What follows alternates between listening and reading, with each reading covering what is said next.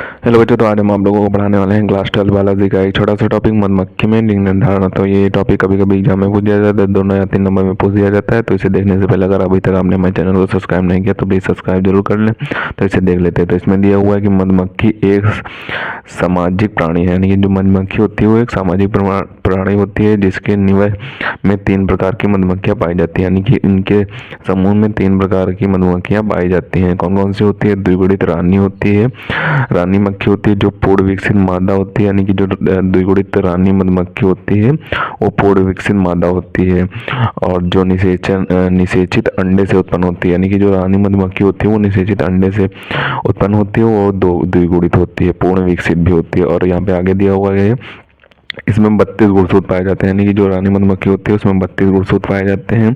और दूसरी होती है श्रमिक मधुमक्खी। श्रमिक मधुमक्खी भी द्विगुणित होती है तथा निषेचित अंडों से ही उत्पन्न होती है, यानी कि जो श्रमिक मधुमक्खी होती है वो भी द्विगुणित होती है तथा निषेचित अंडों से ही उत्पन्न होती है। तीसरे प्रकार की मधुमक्खी होती है मधुमक्खियां ड्रोन होती है, यानी कि जो नर मधुमक्खी होती है उन्हें ही ड्रोन कहते हैं। वो मधुमक्खी होती है जो अगुणित होती है, यानी कि ये जो ऊपर की रानी मधुमक्खी और श्रमिक मधुमक्खी होती थी ये द्विगुणित थी, और ये जो नीचे मधुमक्खी थी ये अगुणित होती है। अर्थात इनमें केवल 16 गुणसूत्र पाए जाते हैं, यानी कि इनमें गुणसूत्रों की संख्या केवल 16 ही होती है। और आगे दिया हुआ ये अनिषेचित अंडों से विकसित होते हैं, यानी कि जो ड्रोन या फिर नर मधुमक्खी होती है निषेचित अंडों से उत्पन्न न होकर अनिषेचित अंडों से उत्पन्न होती है।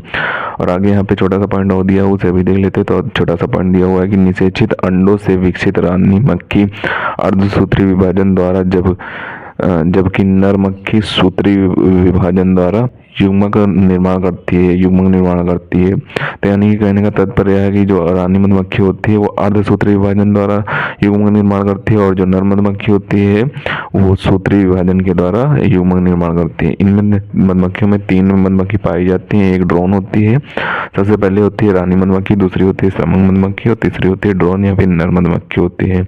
जो रानी मधुमक्खी होती है मादा होती है।